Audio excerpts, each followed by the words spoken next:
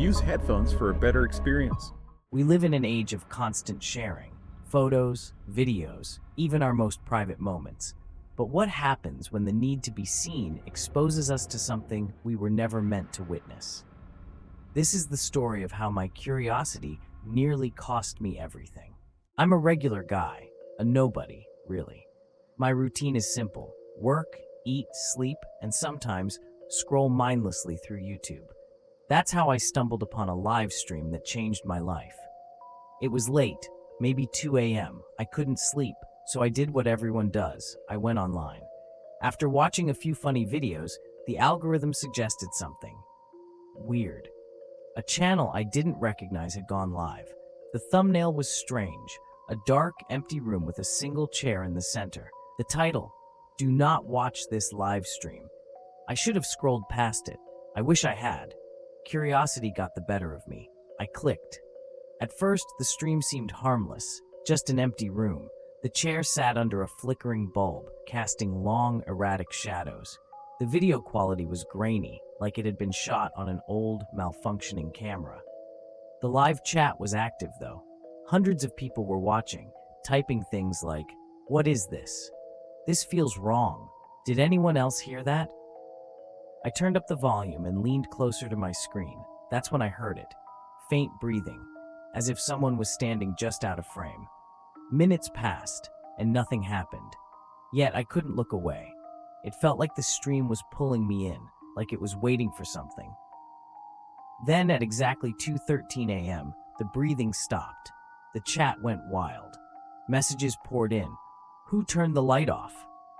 I swear I saw movement. Leave while you still can."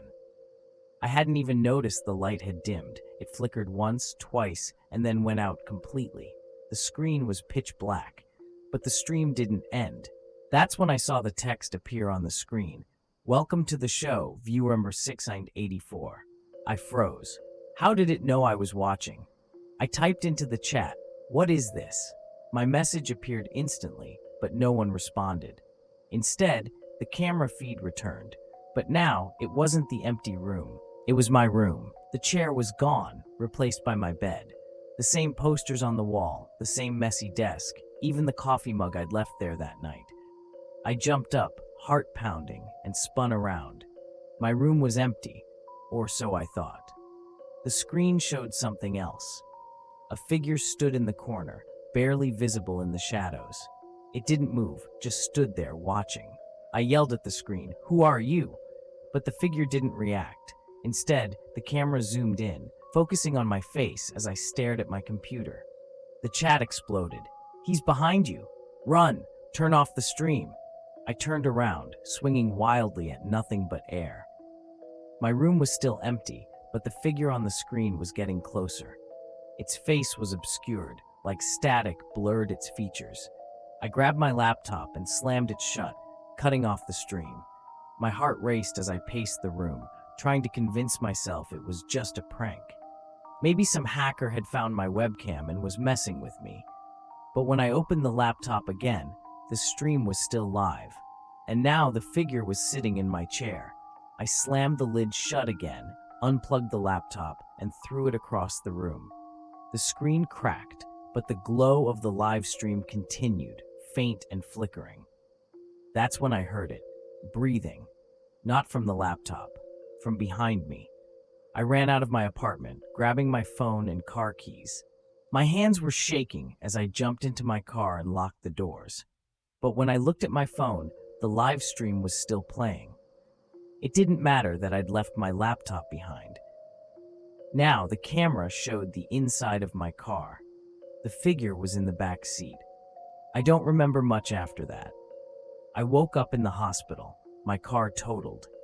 The doctors told me I'd crashed into a ditch at high speed, but they couldn't explain the scratches on the inside of the car doors. Or the message carved into the dashboard, "You shouldn't have watched." So, what's the lesson here? In a world driven by curiosity and constant digital consumption, we've lost sight of one crucial thing: boundaries. Not everything online is meant for us to see. Some things are meant to stay hidden, to remain unexplored. When we ignore those boundaries, we risk opening doors that can't be closed. So the next time you stumble upon something that feels wrong, trust your gut. Some streams aren't worth watching. And remember, you're never really alone. Don't miss out on the scares. Go subscribe to the channel for terrifying stories, legend breakdowns, and more. Bell turn on notifications and experience horror like never before.